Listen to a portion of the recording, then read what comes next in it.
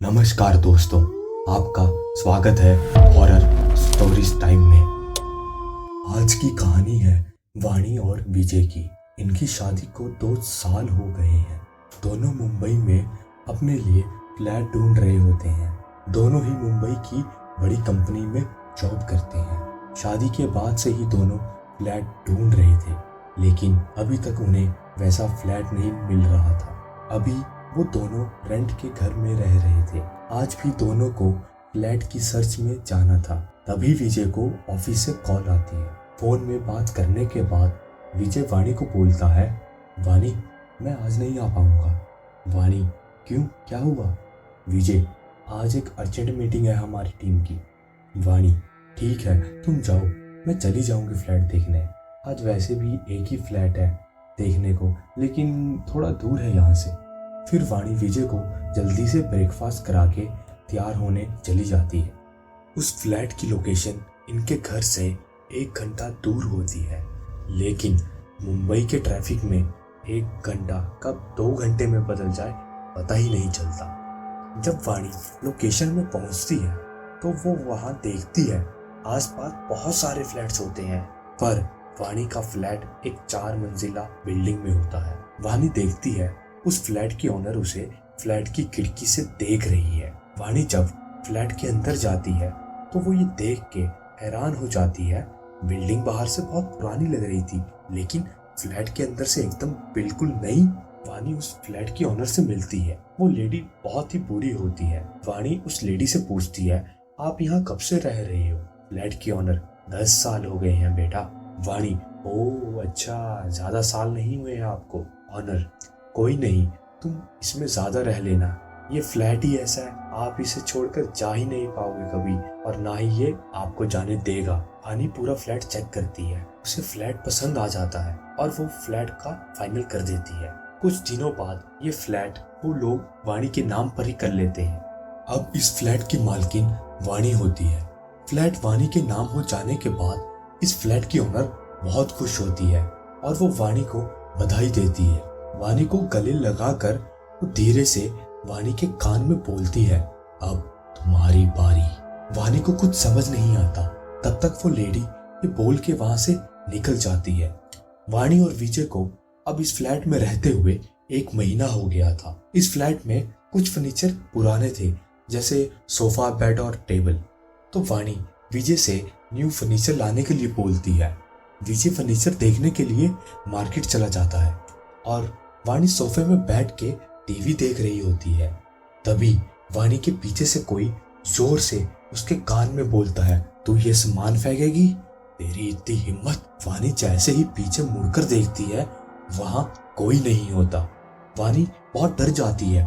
जैसे ही विजय घर आता है, वाणी उसे सब बता देती है और कहती है, मुझे यहाँ कुछ सही नहीं लग रहा। विजय, अभी तो हम यहाँ आए हैं और तुम फिर कुछ ऐसा बोल रही हो। अरे कुछ नहीं है, तुम्हारा ये वहम है। वाणी बोलती है, अच्छा ठीक है, हम इस घर पर पूजा कराएंगे और हम ये चीज कल ही कराएंगे। विजय इस चीज के लिए मान जाता है। लेकिन रात में विजय की तबीयत बहुत खराब होने लगती है।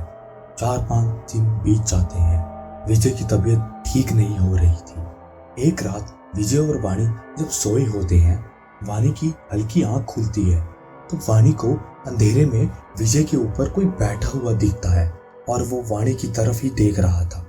वाणी जोर से चिल्लाती है। विजय जल्दी से लाइट ऑन करता है।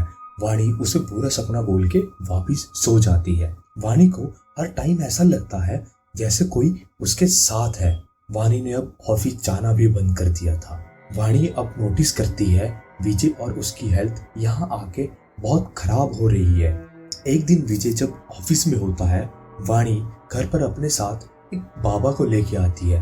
वो बाबा जैसे ही घर के अंदर पैर रखता है, वो वाणी को बोलता है, मैं 1 मिनट भी यहाँ नहीं रुक सकता। वाणी, क्यों बाबा जी, ऐसा क्या हुआ? बाबा, इस घर में कोई शक्ति है जो मुझे आने से रोक रही है।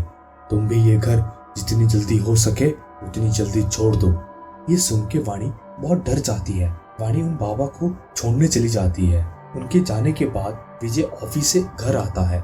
जैसे ही वो घर आता है, विजय को अंधेरे में कोई पीछे से आके कहता है, मेरे घर से चले जाओ, ये घर मेरा है।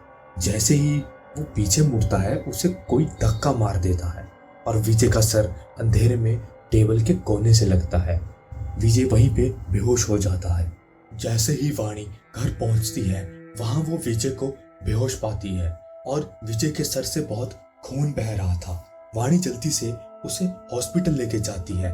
विजय के सर पर बहुत गहरी चोट होने के कारण डॉक्टर बताते हैं विजय कोमा में चला गया है।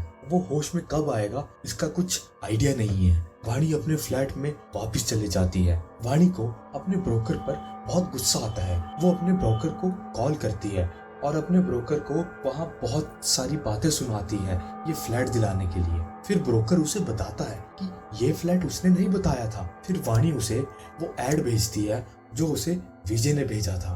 वो फ्लैट का आर्टिकल देखकर ब्रोकर वाणी को आगे की बात बताता है। वाणी के पैरों तले जमीन खिसक जाती है। ब्रोकर उसे बताता है इस घर को मुंबई का कोई भी ब्रोकर नहीं दिखाता क्योंकि बहुत साल पहले यहाँ एक लड़की ने सुसाइड कर लिया था। इस लड़की की फैमिली नहीं थी। कुछ टाइम बाद वो लड़की डिप्रेशन में चली गई। उसने बाहर आना जाना भी बंद कर दिया था। कुछ टाइम बाद उस लड़की ने अकेलेपन के कारण सुसाइड कर लिया।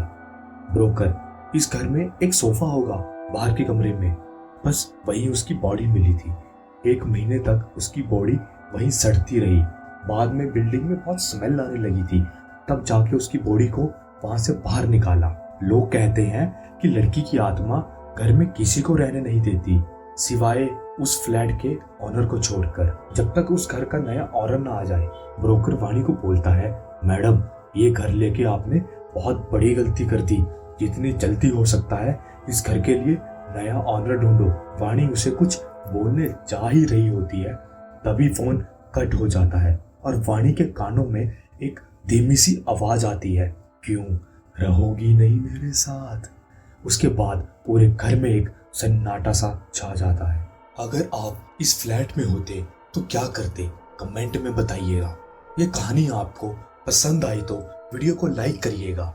अगर आप भी जिन में विश्वास नहीं करते तो इस वीडियो को देखकर करने लगेंगे, क्योंकि ये एक ऐसा जिन है जो इंसान का वंश खत्म कर देता है। ये जानने के लिए इस वीडियो पर क्लिक करिए और ऐसी डरावनी कहानियां सुनने के लिए हमारे YouTube channel horror stories time को सब्सक्राइब करिए। कल मिलते हैं एक और नई कहानी के साथ। तब तक के लिए धन्यवाद।